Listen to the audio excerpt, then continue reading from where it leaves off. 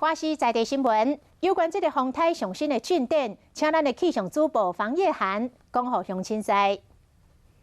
好，观众朋友，我们赶快来关心白鹿台风它的最新动态。刚刚中央气象局已经在下午2点半的时候正式发布陆上警报。我们从色彩强化图您可以看到的是，目前它其实距离台湾大概还有800公里左右，非常快的速度，以每个小时31公里的速度往台湾的方向前进。您可以注意到它的外围环流结构是不对称的，南方的云系是比较扎实，所以它是否北偏那就非常关键了。我们来看到警报预测图，目前中央气象局分析它的中心点就会登陆台湾，但是路径有稍微往南修。我们预测在明天白天8点的时候，随着暴风圈接触陆地，到了下半天开始，中心点会登陆恒春半岛，但是它的路径还是要看高压的强弱。目前陆上警报的范围包含整个台东地区、绿岛、兰屿、恒春半岛，还有屏东这些地方，首当其冲，观众朋友一定要做好防台工作。那么目前海上警戒范围包含整个东半部的海面，以及巴士海峡，还有台湾海峡南部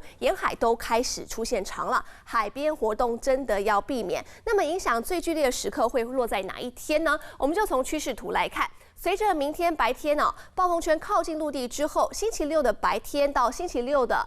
天的白天，这24小时是影响台湾最剧烈的时段，所以要注意到是一路到星期天的上半天过后，暴风圈才会逐渐的脱离，所以观众朋友一定要特别注意，周末假期的时候最好待在家里。我们就来看到的是接下来雨区范围会下在哪边。今天各地都还是高温警讯不太下雨，但是从今天晚上开始，随着外围环流逐渐靠近，包含宜兰、花莲、台东地区都开始出现阵雨。礼拜六的时候就要严防整个嘉义以南都会有豪雨的状况可能性的发生。几个时间点，最后帮我注意一下。星期五的时候，就是今天，可能海边都会出现了长浪，从晚上开始，宜花东地区会有阵雨的现象。礼拜六要注意的就是花东地区风强雨骤，而特别要注意的就是包含台南、高屏地区都要严防豪雨，还有台东地区，整个台中以南都是需要戒备的。随着暴风圈要到礼拜天的上半天才会逐渐脱离，逐渐转晴。